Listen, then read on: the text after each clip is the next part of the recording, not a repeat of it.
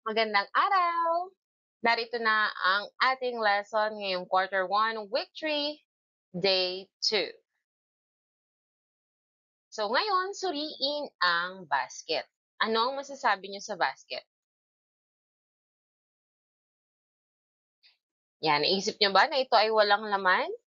Ano ang nasa isip natin kapag walang laman? So, ibig sabihin nun ay zero. Okay? Ayan. So, walang laman ang basket. So, ang bilang, kapag sinabi nating wala or nothing, ibig sabihin ay zero. Ngayong araw, tatalakayin natin ang konsepto ng bilang na zero. So, bilangan nga natin. 0, 1, 2, 3, 4, 5, 6, 7, 8, 9, 10. Makinig kayong mabuti. So, tingnan ang kangkong, ilang dahon ang inyong nakikita sa tangkay nito at ilan ang nasa platito. Bilangin natin ang nasa tangkay. 1, 2, 3. Tatlo. Ilan naman ang nasa platito? 1, 2, 3. So, paano natin nalaman na tatlo? Okay, syempre, binilang kasi natin. Halimbawa, kinuha natin ang isang dahon sa tangkay, ilan na lang ang matitira? 1, 2. Dalawa na lang. Paano natin nalaman? Binilang kasi natin. So, nung inalis natin yung isa dito, nadagdagan naman dito ng isa. So, ito ay naging 4 o 4. 1, 2, 3, 4. Kung babawasan ulit natin ng isang dahon ng tangkay, ilan na lang ang matitira? Yan, isa na lang ang matitira. Paano natin nalaman na iisa na lang? Siyempre, binilang natin. At ito naman ay naging 5. Kung babawasan ulit natin ng isang dahon ang tangkay, ilan na lang ang matitira? So, wala nang natira. So, paano natin nalaman? Kasi wala na nga. Wala na tayong nakita. Yan ang konsepto ng zero. Zero means wala. So, mayroon akong basket na may lamang 2 saging. Ilang saging ang aalisin ko upang maging zero o mawala ng laman ang basket? So, syempre, aalisin ko lahat. At ilan ang aalisin ko? 2. Yan. Kapag sinabi nating zero, ibig sabihin nito ay wala or nothing. So, tingnan ang paraan ng wastong pagsulat ng zero. So, uumpisahan natin sa taas. Yan, pababa. So, sa taas lagi tayo mag-uumpisa. Yan. Tapos, iikot natin pababa. Ito, kagaya nito. 1, tapos pataas ulit, tapos 2.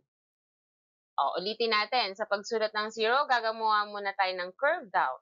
1, pagkatapos curve up. Ito yon 2, tapos i-close natin. 3. Okay? Yan, ulit. Curve down, curve up, then close. That is 0. So, isulat nga ang 0 sa hangin. Sundan nga ito. 1, 2, 3. 1, 2, 3. 1, 2, 3. Very good. So, ngayon, maaari niyong praktisin ang pagsulat ng 0 hanggang 10. Yan sa inyong papel o notebook. Para kung nababaligtad pa yung mga numbers ninyo, so maiaayos ninyo ito. So, piliin kung alin sa mga larawan ang nagpapakita ng konsepto ng 0. Alin ba dito sa dalawa? So, eto yon yung jar na walang laman. Alin naman dito sa pugad or nest? Eto yon kasi walang laman. So, yan yung nagpapahiwatig ng 0. Dito naman, alin kaya ang 0? Eto. Dito naman, alin ang 0? So, eto yon.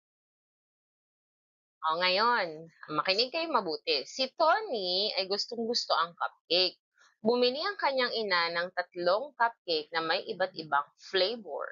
Kinain ni Tony ang isa, ilan na lang ang matitira?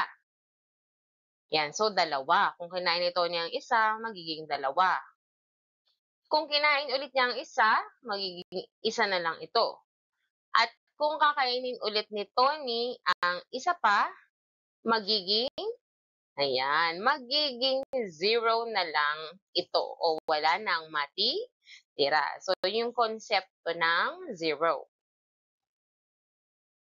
So, ano nga kaya ang ibig sabihin kapag sinabi nating 0? O, kapag sinabi nating 0, ibig sabihin ay wala or nothing.